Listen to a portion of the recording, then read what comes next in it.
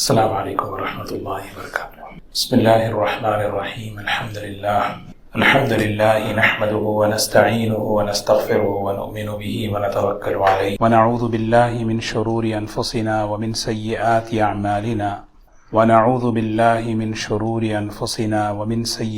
اعمالنا من يهده الله فلا مضل له ومن يضلله فلا هادي له ونشهد أن لا إله إلا الله وحده لا شريك له ونشهد أن سيدنا وحبيبنا ونبينا مولانا محمدا عبده ورسوله صلى الله تبارك وتعالى عليه وسلم، أما بعد فأعوذ بالله من الشيطان الرجيم، بسم الله الرحمن الرحيم، والعصر إن الإنسان لفي خسر إلا الذين آمنوا وعملوا الصالحات وتواصوا بالحق وتواصوا بالصبر، صدق اللہ العظیم۔ قابل احترام بزرگ دوستو، سیدنا عمر رضی اللہ تعالی عنہ فرماتے ہیں کہ ایک مرتبہ نبی کریم صلی اللہ علیہ وسلم کی مجلس میں حاضر تھے۔ اللہ کے رسول صلی اللہ علیہ وسلم پر وحی کی کیفیت تعریف ہوئی، اور جب آپ پر وحی اترتی تھی تو صحابہ محسوس کر لیتے تھے کہ آپ پر اللہ کی طرف سے کلام اتر رہا ہے۔ حضرت عمر رضی اللہ تعالیٰ عنہ فرماتے ہیں کہ میں رک گیا، سنیں اللہ تعالیٰ کی طرف سے کیا خبر، کیا پیغام آ رہا ہے۔ جب وحی مکمل ہو گئی تو حضور اکرم صلی اللہ علیہ وسلم قبلے کی طرف رخ ہو کر بیٹھ گئے، اور قبلے کی طرف رخ ہو کر آپ نے دعا فرمائی۔ جو وحی اتری ہے، اس وحی کے جو آیتیں اتری، اس آیتوں کے کہنے سے پہلے آپ جو ہے دعا فرمائے، اور اس دعا میں 5 باتیں آپ نے اللہ سے مانگی۔ سب سے پہلی بات آپ نے فرمائی، اللہم زدنا ولا تنقصنا، اللہم اکرمنا ولا تہنا، اللہم اعطنا ولا تحرمنا، اللہم ارضنا وارض عنا۔ یہ 5 باتیں حضور اکرم صلی اللہ علیہ وسلم دعا میں کہہ رہے ہیں۔ اللہم زدنا ولا تنقصنا، اے اللہ اس چیز میں زیادتی عطا فرما اور اس چیز میں کمی نہ فرما۔ اے اللہ میں تجھ سے زیادتی مانگتا ہوں اور کمی نہیں مانگتا۔ اللہم اکرمنا ولا تہنا، اے اللہ میں آپ سے عزت مانگتا ہوں، ذلت نہیں مانگتا، مجھے ذلت سے، رسوائی سے بچا لے۔ پھر اس کے بعد اللہم اعطنا ولا تحرمنا، اے اللہ مجھے اپنی نعمتیں عطا فرما، محروم نہ فرما۔ اور پھر آپ نے فرمایا اللہم زدنا ولا تنقصنا، اللہم ارضنا وارض عنا، اے اللہ تو مجھ سے راضی ہو جا اور مجھے بھی تجھ سے راضی کر لے۔ اے اللہ تو مجھ سے راضی ہو جا اور جو تیری طرف سے آنے والی جو چیزیں ہیں اس پر مجھے تو راضی فرما۔ یہ باتیں حضور اکرم صلی اللہ علیہ وسلم نے اللہ سے مانگی، اور پھر صحابہ کی طرف متوجہ ہو کر فرمایا اللہ کی طرف سے اس موقع پر یہ آیتیں اتری ہیں، اور وہ آیتیں کون سی ہیں؟ سورۃ المؤمنون 18ویں پارے کی قرآن پاک کی سورت ہے۔ اس سورت کی ابتدائی آیتیں حضور اکرم صلی اللہ علیہ وسلم پڑھ کر سنائیں۔ قد افلح المؤمنون الذین هم فی صلاتهم خاشعون والذین هم عن اللغو معرضون والذین هم للزکاة فاعلون والذین هم لفروجهم على ازواجهم او ما ملكت ايمانهم فانهم غير ملومين فمن ابتغى وراء ذلك فاولئك هم العادون والذین هم لأماناتهم وعهدهم راعون والذین هم على صلواتهم يحافظون۔ یہ 7 باتیں۔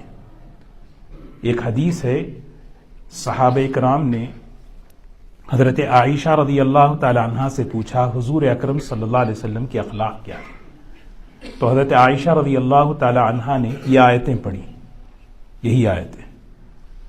تو ان آیتوں کے پڑھنے کے بعد فرمایا یہ حضور اکرم صلی اللہ علیہ وسلم کے اخلاق ہے۔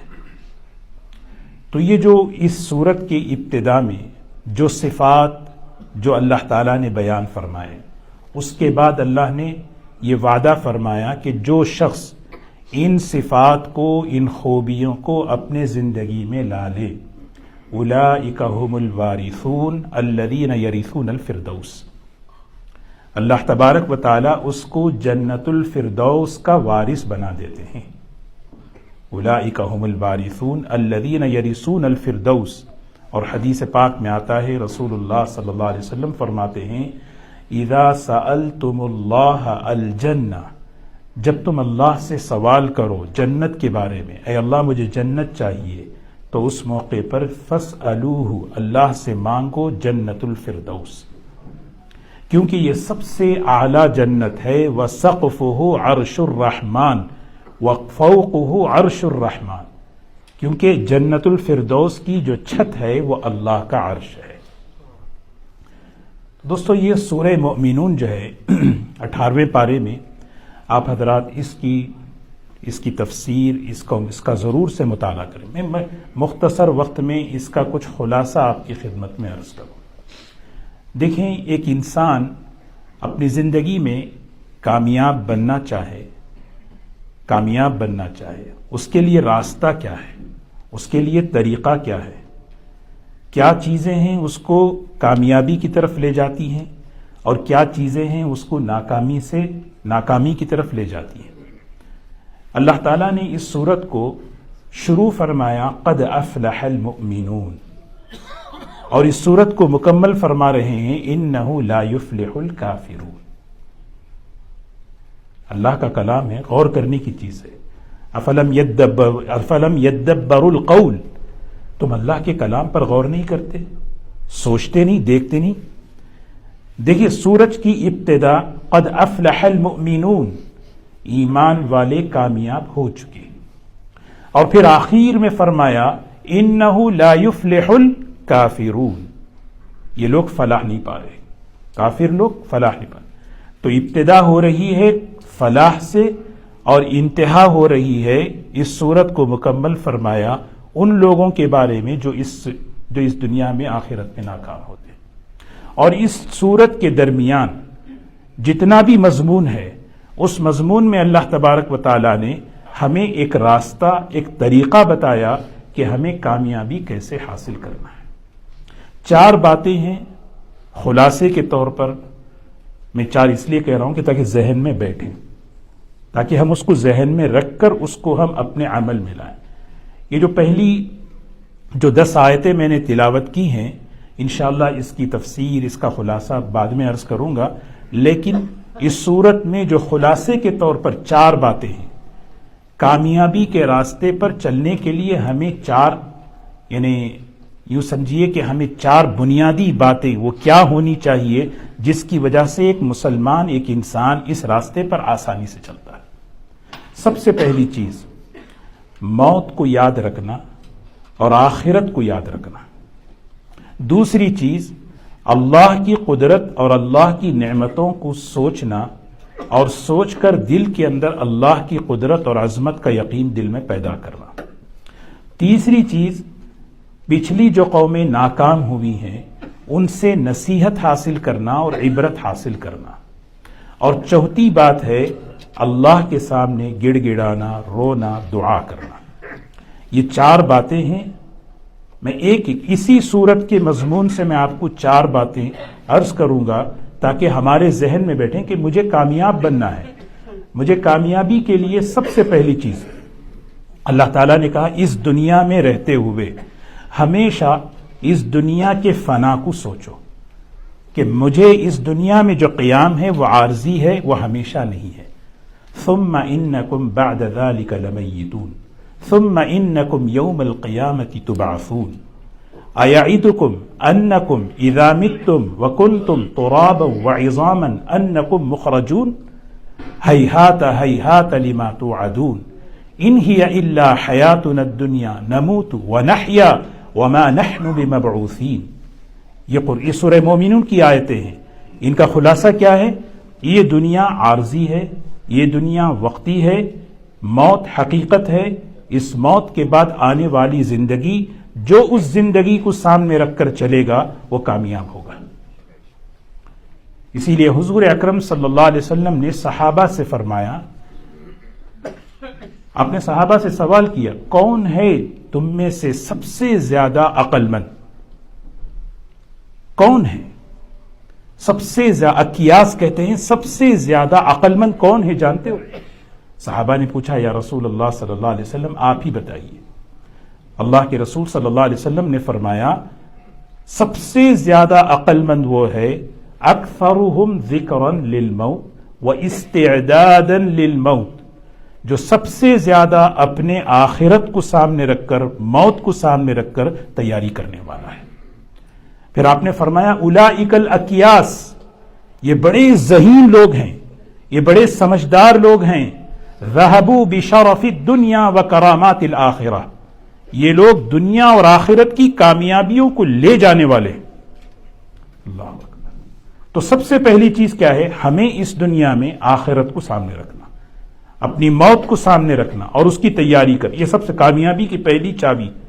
اور دوسری بات، جیسے میں نے عرض کیا، اسی صورت میں اللہ تعالیٰ نے بتایا اللہ کی قدرت کو سوچے، اللہ کی عظمت کو سوچے، اللہ کے احسانات پر آدمی غور کرے، تاکہ دل کے اندر اللہ کی بڑائی کا تأثر دل میں آئے، مزاج عبدیت کا، بندگی کا، ماننے کا بنے۔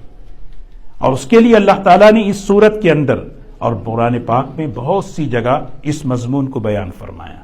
وَلَقَدْ خَلَقْنَا الْإِنسَانَ مِنْ سُلَالَةٍ مِّن طِينٍ ثُمَّ جَعَلْنَاهُ نُطْفَةً فِي قَرَارٍ مَّكِينٍ ثُمَّ خَلَقْنَا النُّطْفَةَ عَلَقَةً فَخَلَقْنَا الْعَلَقَةَ مُضْغَةً فَخَلَقْنَا الْمُضْغَةَ عِظَامًا فَكَسَوْنَا الْعِظَامَ لَحْمًا ثُمَّ أَنشَأْنَاهُ خَلْقًا آخَرَ فَتَبَارَكَ اللَّهُ أَحْسَنُ الْخَالِقِينَ ثم انکم بعد ذلك لمیتون ثم انکم یوم القیامت تبعثون۔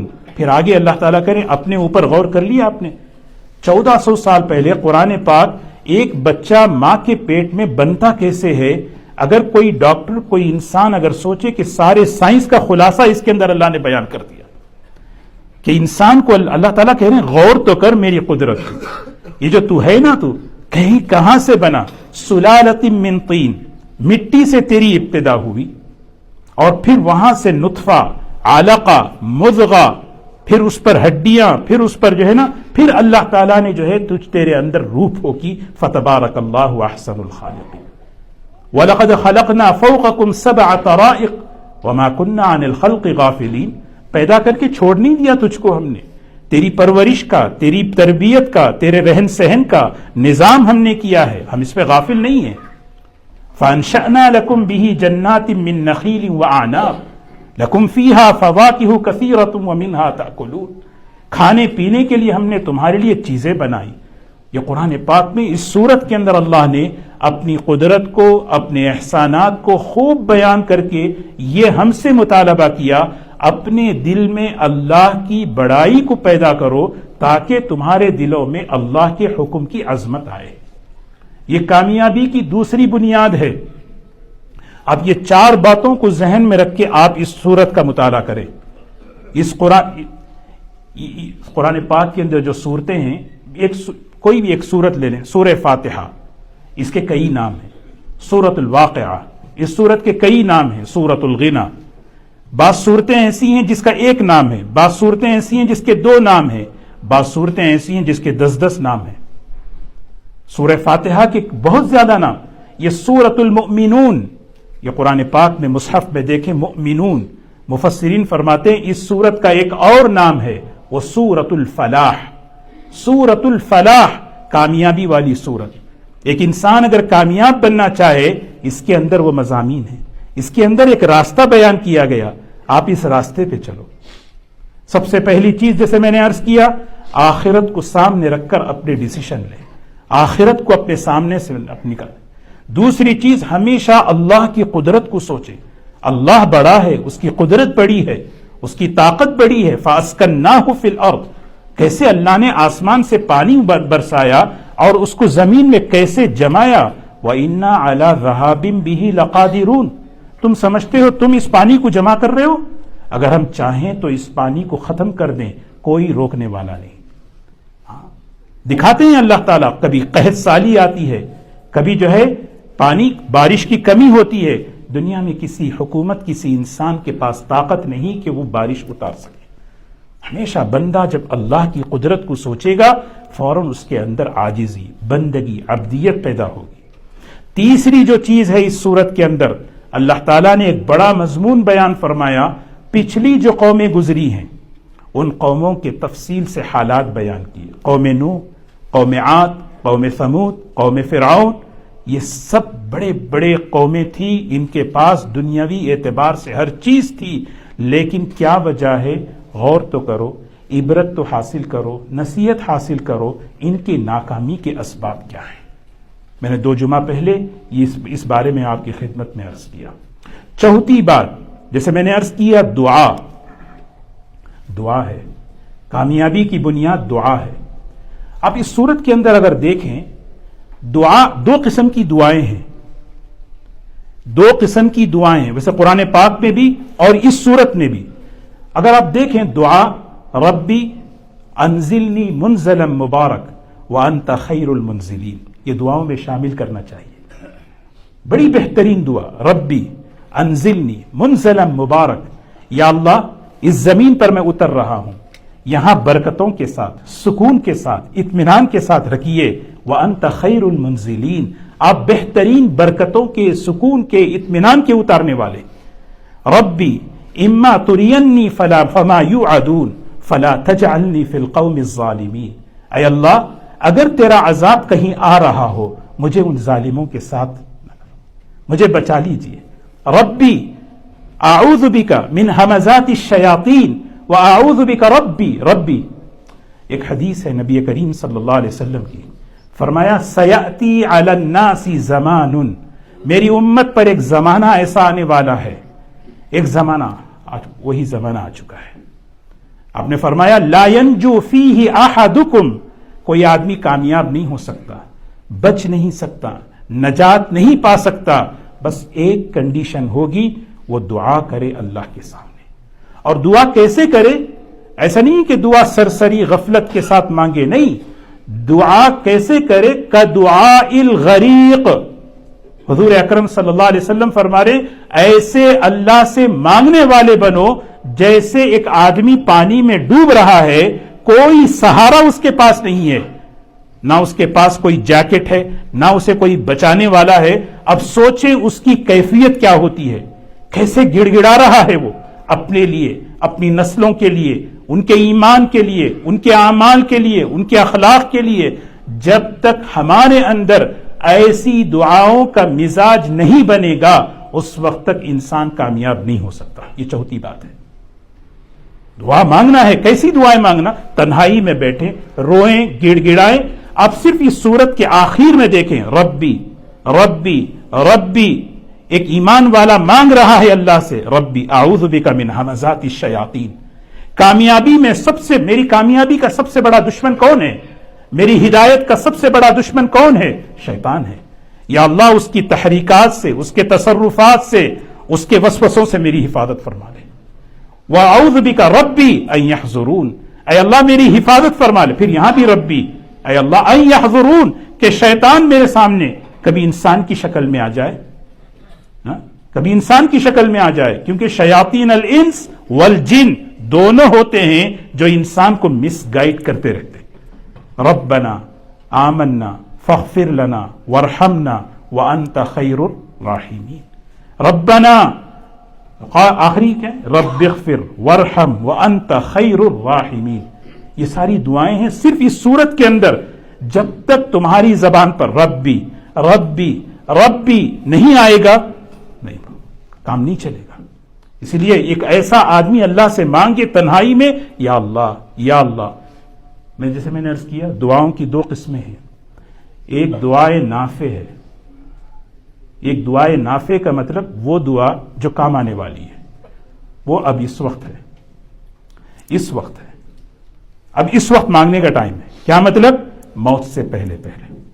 اسی صورت کے اندر ایک وہ دعائیں بھی بیان کی گئی جب آدمی موت کو دیکھ کر مانگتا ہے، موت کے بعد مانگتا ہے، جب آ گیا اس کے سامنے سارا غیب، فرشتہ نظر آنے لگا، اب وہ کہہ رہا ہے ربی ربی ارجعون رب ارجعون حتی اذا جاء احدهم الموت۔ جب تمہارے سامنے موت کا فرشتہ کھڑا رہتا ہے اس وقت ایک دعا یہ بھی ہوتی ہے، رب ارجعون، اے اللہ مجھے دوڑا دے، مجھے دوبارہ بھیج دے، میری سانسیں لوٹا دے، زندگی کو لوٹا دے. کیوں بھائی؟ لعلی اعمل صالحا، تاکہ میں نیک کام کر کے آؤں. لعلی اعمل صالحا، نیک کام کر کے آؤں. فیما ترکت کلا، فیما ترکت کے معنی کیا ہیں؟ جس چیز کو میں دنیا میں جو ہے دھوکے میں تھا، میں سمجھ رہا تھا کہ کامیابی چیزوں سے بنتی ہے، اسی لیے میں نے اپنی ساری صلاحیت چیزوں پہ لگائی. لیکن یہاں تو کامیابی کسی اور چیز سے ہے، کامیابی کسی اور چیز سے. مجھے دنیا میں تو کامیابی کسی اور چیز سے ہوتی ہوئی نظر آ رہی تھی، اس لیے میں غلط راستے پر چلا. یا اللہ مجھے دوبارہ بھیج دے. اللہ تعالیٰ دو باتیں کہیں گے، کلا، یہ ہم ہرگز نہیں، ہرگز نہیں، ہرگز یہ سسٹم کبھی نہیں ہوگا، جا کے کوئی واپس نہیں آ سکتا. اور اللہ تعالیٰ کہہ رہے ہیں اگر اس کو بھیج بھی دیں دنیا میں، انہا کلمۃ هو قائلها، یہ تو جس منہ سے بول رہا ہے، اگر دوبارہ اس کو زندگی بھی دے دینا تب بھی یہ جو ہے نا اپنی راستہ نہیں بدلے گا. ہم دیکھتے ہیں دنیا میں کسی کی موت دیکھ کر ہم اپنی موت کو یاد کر کے بھی بدلتے نہیں. قبرستان جاتے ہیں، جا کر بھی ہم اپنی زندگی کو دیکھ کر نہیں بدلتے. ایک آدمی کے بارے میں سنتے ہیں کہ صحت مند اچانک مہلک بیماری میں مبتلا ہو گیا، لیکن اپنی صحت کی قدر نہیں کرتے. یہ دنیا میں بتا، اولم نعمرکم ما يتذکر فیہ من تذکر وجاءکم النذیر، بہت سے ڈرانے والے اللہ بھیجتے ہیں. اللہ تعالی ہم سب کی ایسی دعاؤں سے حفاظت فرمائے. کون سی دعا؟ موت کو دیکھ کر، آخرت کی جب ناکامی میں ربنا ربنا غلبت علینا شقوتنا وکنا قوما ضالین. ربنا، وہاں بھی ربنا کہہ رہا ہے ایک آدمی. ربنا، بدبختی غالب آ گئی تھی دنیا میں. غلبت علینا شقوتنا وکنا قوما ضالین، میں غلط راستے پر چل پڑا، غلط راستے پر چلا. اللہ تعالیٰ فرماتے ہماری آیتیں تمہارے سامنے آئیں، ہماری باتیں تمہارے سامنے آئیں، پھر بھی تم نصیحت حاصل نہیں کرے. ربنا غلبت علینا شقوتنا وکنا قوما ضالین. آخری جملہ، آخری کلام فرشتہ ناکام لوگوں سے یہی کہے گا، اخسؤوا فیہا ولا تکلمون. بکواس، ہماری زبان میں اخسؤ کے معنی آتے ہیں بکواس بند کرو، بس اب منہ بند کرو، اب آج سے تم سے کوئی بات کرنے والا بھی نہیں ہوگا. جہنم کو تالا لگا دیا جائے گا. اللہ ہم سب کی حفاظت فرمائے. تو میں نے عرض کیا دو قسم کی دعائیں ہیں. ایک دعائیں وہ ہیں جو اس وقت مانگنا، یہ دارالعمل ہے، یہ عمل کی جگہ، کام کی جگہ، یہاں کا ربنا کام آئے گا. لیکن ایک وہ ربنا بھی انسان کہتا ہے جب موت کو دیکھے گا، جب قبر میں جائے گا، حشر کے میدان میں کھڑے گا، وہ ربنا کام نہیں آئے گا. اس صورت کے اندر اللہ تعالیٰ نے دونوں ربنا کو بیان کر دیے، ہاں، کہ ہم اس قسم میں نہ ہو، اس قسم. تو بہرکیف یہ سورۃ المؤمنون، اس سورت کا نام سورۃ الفلاح. ایک راستہ بتایا جا رہا ہے، کامیابی کس راستے پر تمہیں آتی ہے پتہ؟ سب سے پہلی چیز آخرت کو سامنے رکھ کر اپنے معاملات طے کرو. ہمیشہ اللہ کی بڑائی کو سوچ کر اپنے دل میں بندگی اور عبدیت اور اطاعت کا مزاج پیدا کرو. ناکام لوگوں کی تاریخ بیکار نہیں ہے، بڑے اہتمام سے اللہ نے قرآن میں بیان کیا، اس کو دیکھ کر عبرت حاصل کرو. اور پھر چوتھی چیز ہے اللہ سے مانگتے رہو، اے اللہ، کیونکہ ہدایت کے لیے رکاوٹیں، کامیابی کے لیے رکاوٹیں ڈالنے کے لیے ایک پوری شیطانی تحریک کام کر رہی ہے. یا اللہ میری بچوں کی، میرے نسلوں کی اے اللہ تو حفاظت فرما لے. جب تک یہ غریق، دعا الغریق جب تک نہیں ہوتا، اس وقت تک انسان کامیاب نہیں ہوتا. اللہ ہم سب کو عمل کی توفیق نصیب فرمائے.